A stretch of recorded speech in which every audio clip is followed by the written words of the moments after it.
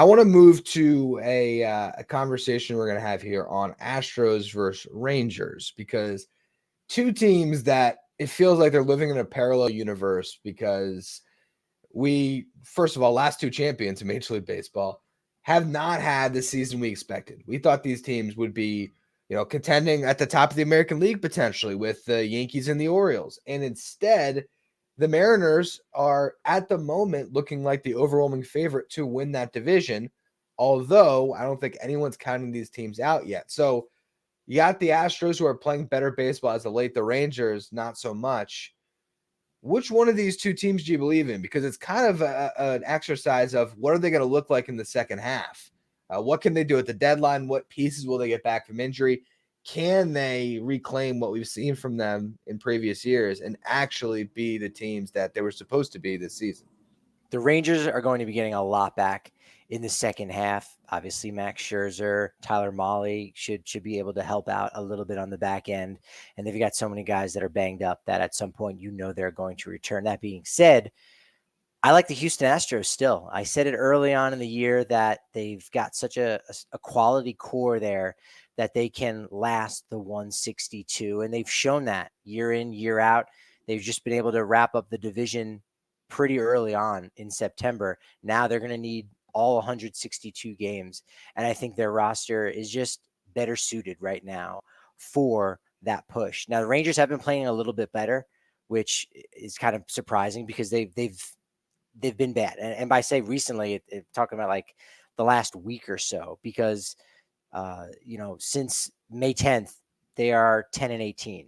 The Rangers, only the A's and White Sox have been worse, right? That guy got started off by a sweep at the hands of the Rockies. They're also swept by the Phillies, and they've had a couple series wins here in the last few weeks, but still they just haven't been able to build that momentum. And maybe they'll get that when someone like Scherzer is back on the mound for them. But I still just tend to think that Houston, this is still their time, and their window is still open now, whereas I could see the Rangers maybe retooling things just a little bit with so many free agents, with guys with options for next year, or having a year plus left on their deal, where Chris Young could get creative and say, well, you know what, if we go to the postseason this year, fine, but we're still just around 500. Let's fight for another day. Let's live to fight another day. Let's trade some of those pieces now, and then go back at it at 2025. I just see that happening, maybe more so than Houston taking that tact. Yeah, I actually think both of these teams are going to hold pat. I think the difference is I think the Astros might buy a little bit more than the Rangers. I think the Rangers, I don't know what pieces exactly they had itself. They could sell a reliever if they could, capitalize on like a John Gray. Like, yeah, theoretically they could say, you know what, let's trade John Gray at peak value. We have long-term DeGrom coming back, and we have some pitching prospects we like, and I could see that reshuffling. But I think as the defending champions, with still Simeon and Seager all of a sudden having really good years together once again, I think they're just going to say, you know what, we're just going to trust that our guys are going to get healthy and we're going to go for a run. Whereas the Astros, I think they actually have to make some moves. And this is where I knew you and I would differ, which was going to make this a fun topic. I'm more buying into the Rangers because I don't know about the pitching in Houston, where I'm very concerned, and I've been pretty consistent on this with this show. I was saying, I don't know if I buy this Astros team, because I'm looking at this rotation, and outside of Verlander and Valdez, I don't see the other starting pitchers that I really love. You're like, Ronel Blanco's been great this year. Would any of us be shocked if this Cinderella story, struck midnight at some point at the All-Star break, and this guy goes back to being just a pitcher that is a little bit more forgettable in this rotation, and they need him at this point. So I think for the Astros, it really depends what they do at the deadline. Like, who are the pitchers they add in? John Heyman, we were joking before the show. I said, I don't know if I believe John Heyman's reports, because he reports on so many things. He said 2 starters, though. 2 starters that they're going to add. Is that, who do we joke about? I said Eric Fetty. Who'd you say? Jose Urena is going to be the second one. There you go. Yeah. If they just get some guys that could take the ball, which might be enough for them, quite frankly, is that going to be what will take them over the top, or do they have to swing for the fences? And it doesn't seem like they have the farm system to swing for the fences again. I don't think that Justin Verlander is falling into their laps at this deadline. So that's where I'm more hesitant about the Astros. Yeah, no, that's very fair, right? And the Astros have to now go out and act somewhat desperately to acquire those two guys. And yeah, Eric Fedde, really quality, probably. You could even make the case he's like a number 2 starter. That's a good pickup, and I think a lot of teams are going after him. So to your point, are they going to give up the prospect capital for that? And they would still need a second guy that they're hoping to add. Whereas Texas has those guys already in their system. They just are hurt. They're just banged up right now. And you still don't really know what you're going to get when they come back from injury. Scherzer, I think you feel a lot more confident about him actually being Max Scherzer. If DeGrom's able to return just a little bit, we know guys that first year, or as soon as they return from Tommy John, they're still not themselves. But shoot, you throw Jacob DeGrom in that bullpen, maybe he becomes a closer, goes the John Schmaltz route just a little bit, and closes before going back to starting in 2025.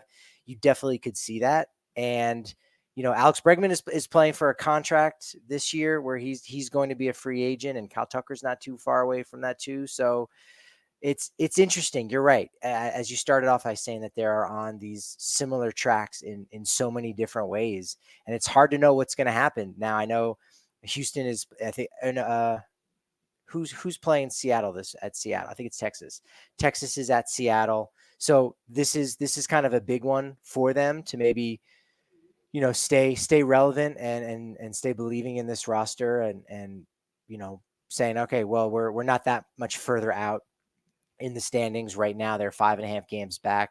Astros are 8 games back of the Mariners in first place, who they've got the starting pitching right now. They're going to be okay. I think it's going to be easier for them to find a hitter to add to their lineup and improve ahead of the trade deadline. Whereas the Rangers and Astros, they both need some more pitching. Rangers already have it. They're just injured right now. Yeah, I think the Mariners, it really is their year. And I hope that they're aggressive with adding that bat, because they are, I think, one really good trade away from being able to run away with this division. I really believe that these other two teams, maybe they do have to fight for a wild card. And I don't know how much better or how much better you have to be to win this division in the wild card this year, because there are some good teams across. But I think it's probably easier for one of them to scratch the wild card. And I think what makes this conversation interesting is I don't think that there's going to be 2 wild card spots for them. I don't think we're going to see 3 teams from the ALS, which you could probably make the argument has been the weakest of the American League division so far. I don't think 3 of them are going to make it. So it really is going to be a slugfest or battle between these two all year to see who's going to ultimately get it. And it might be the head-to-head matchups when it's all said and done. Every time these two teams in particular play each other, it's going to be a must-watch TV as they try to scratch and claw their way back into this race. If I was going to play devil's advocate on myself when it comes to the Astros, I will acknowledge that Alex Bregman, who was awful to start the year, has pulled himself back over 100 when it comes to WRC plus, playing much better. And when you look at the Rangers, yes, they have a lot of bats, but it's really been 2, as well as Josh H. Smith. I guess maybe the third one with Simeon and Seager. But the Astros, it's hard to beat Tucker, Alvarez, Altuve, and Bregman when they're all gone. And so that would be what they can hold their hats on. We still have those 4 guys, and that might be what makes them a little more aggressive, because they can clearly see a window if you get that lineup into a playoff series that they can still win it all this year.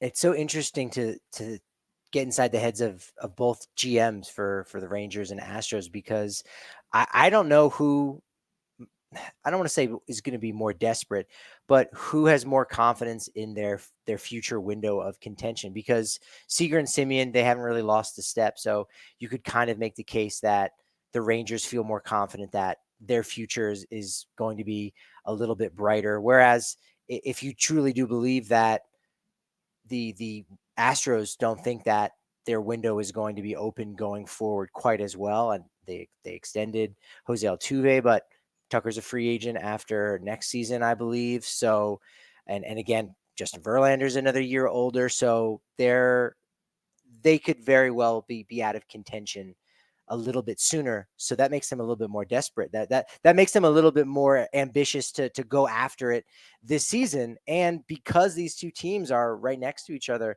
in the standings for both the AL West and the wild cards, uh, you could see some moves that are made in order to block a player going to the other team. So if you are aggressive in that way, if you're both looking at the same player, could the Astros end up being more aggressive because they believe, you know what, this could be one of our last true bites at the apple. So we need to go after this. And when we get this player, the Rangers do not. That's sort of another part of the math of why I think, the Rangers might end up coming out ahead. But by no means do I think either one of these teams is going to be that much far ahead of the other, at least by the trade deadline, because if one of them does decide to totally sell off, then the final 2 months could really separate them in the standings big time.